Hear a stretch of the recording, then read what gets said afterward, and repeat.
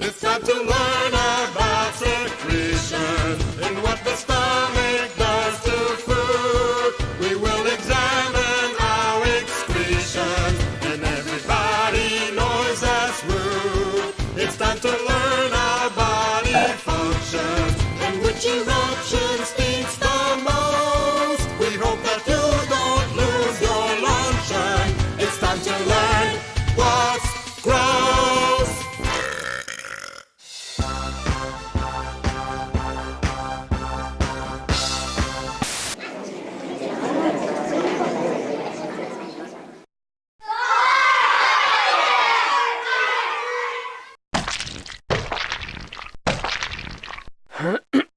Hello. Lawrence Lake, attorney at law, here for the publishers of this product. Due to the necessary and obvious gross nature of this product, a lawyerly-like disclaimer is prudent and a benefit to all.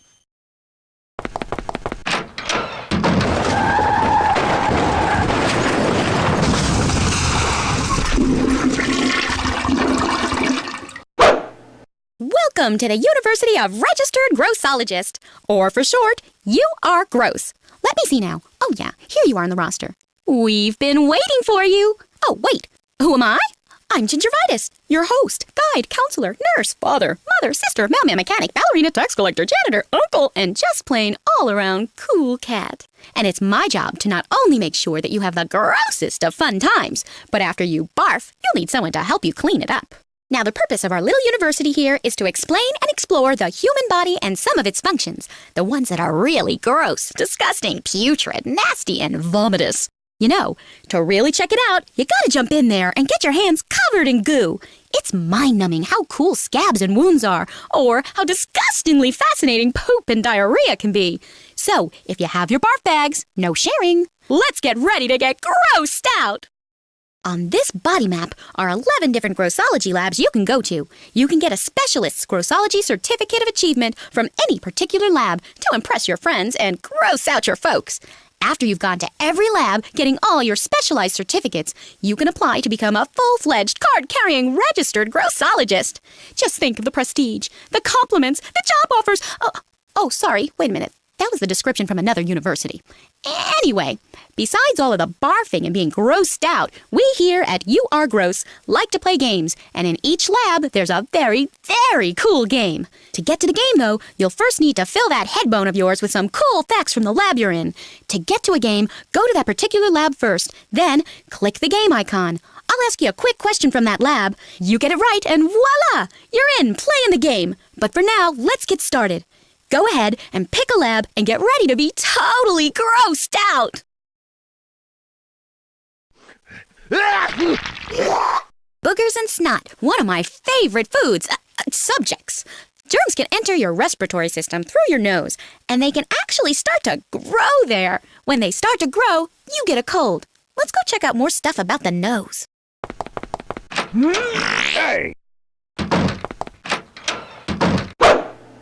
Welcome to the Boogers and Snot Lab.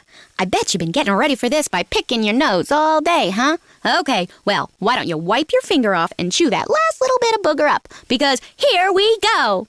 In this lab, you're going to see and discover the booger and snot factory in your schnoz and how boogers are manufactured. And that's not all either. Let's begin by meeting our first subject, Shirley Snodgrass from Schenectady. Well, oh my, will you get a load of the booger box on Shirley? Geez, Shirley, did you park your Cadillac in there or what? I bet Shirley here knows that about 1 in every 5 people is allergic to something which may cause them to sneeze or sniffle. Things like dust or pollen that cause allergic reactions are called allergens. The air we breathe is filled with all kinds of stuff like dust, grit, bacteria, pollen, soot, even sand. Shirley here is an expert on what happens when dust and grit go up your schnoz. Oh, yeah, it becomes nose garbage or boogers.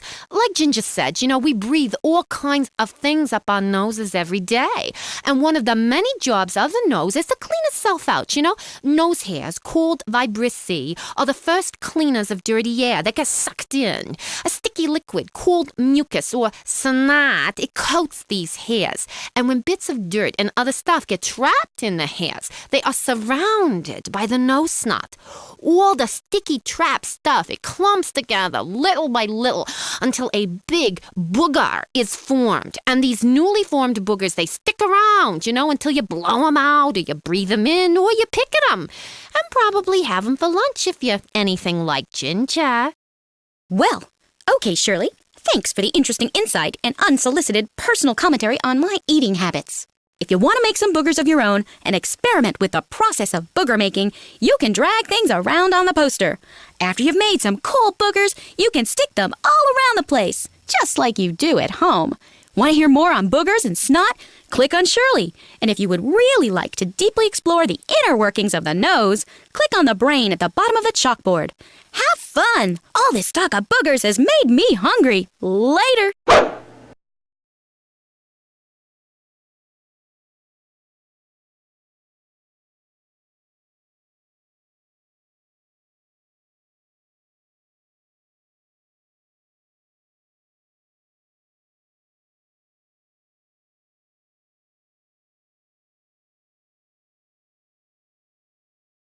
Sinus. Big, hollow spaces in the bones around the nose that are filled with snot-making centers.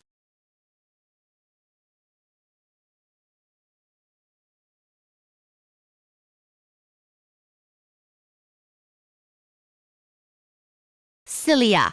Wee hairs that poke out of the mucus layer and swish mucus toward the front of the nose.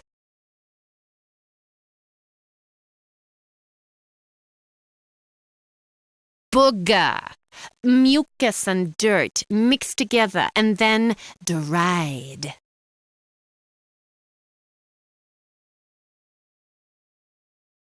Hey, so Shirley, maybe at the class you and I could, go out or something, huh? Nasal septum.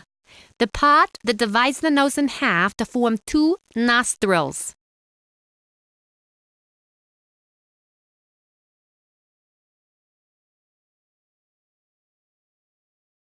Nose. The bump on the front of your face that helps you to breathe, smell, and even taste.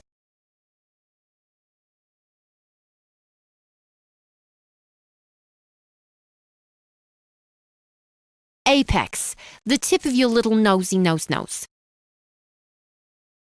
Oh, gross me out! Mucus. A sticky liquid that coats the skin and hair in your nose, trapping dirt and other gunk. Vibrissae. Coarse nose hairs which are coated with mucus.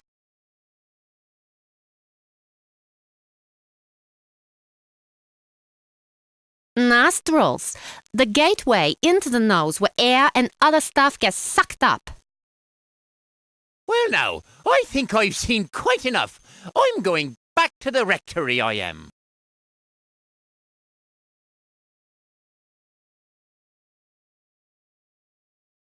Nasal passage, nasal cavity. After the nostrils, the nose tunnels where air is sucked in and then let out. Hard palate. The hard part on the roof of your mouth. Food squishes against the hard palate to help you mix and soften it before swallowing.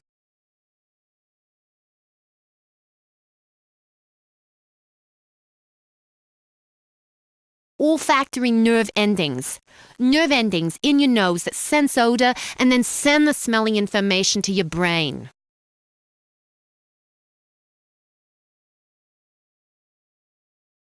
Adenoids. Filters located at the end of the nasal passage that trap germs in the air before they can get into your body.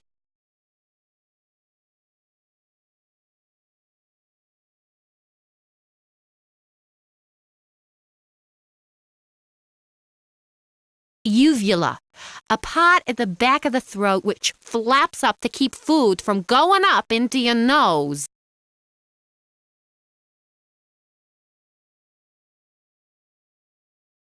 Eustachian tube. The tube that connects the throat to your middle ear, which helps to regulate the pressure in your ear.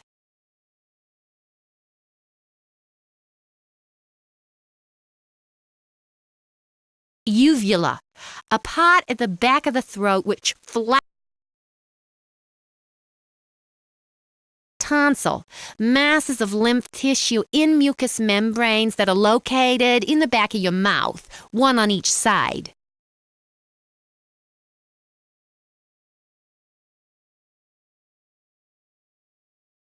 Pharynx, a little chamber where the nose and the mouth come together, basically the back of your throat.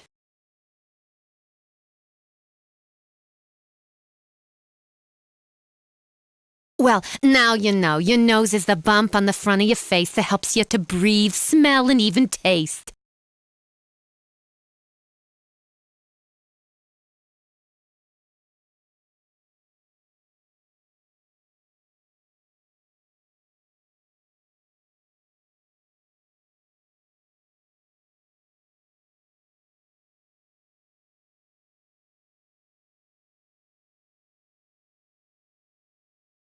I've got a horrible ruddy nose. I'm not sure if it's allergies, hay fever, a cold, or what. Your job is to keep the snot out of my mouth. Use the tissue, but look out because it starts to get smaller as time goes on. The thought of snot and boogers in my mouth makes me want to visit the bath lab. Stop picking your nose and use the tissue to help keep that nasty stuff out of my mouth. Hey, your name has been noted in the annals of snot as a booger-busting genius. Check it out.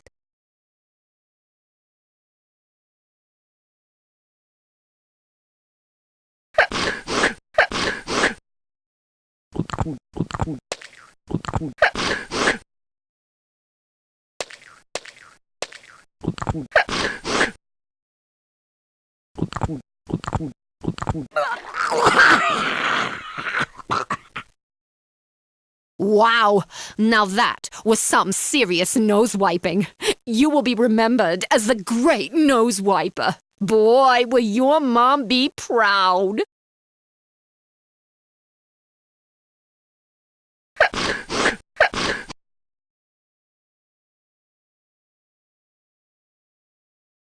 Snot is part of your...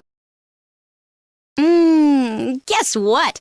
Milk, ice cream, cheese, and other milk products cause your body to make more snot.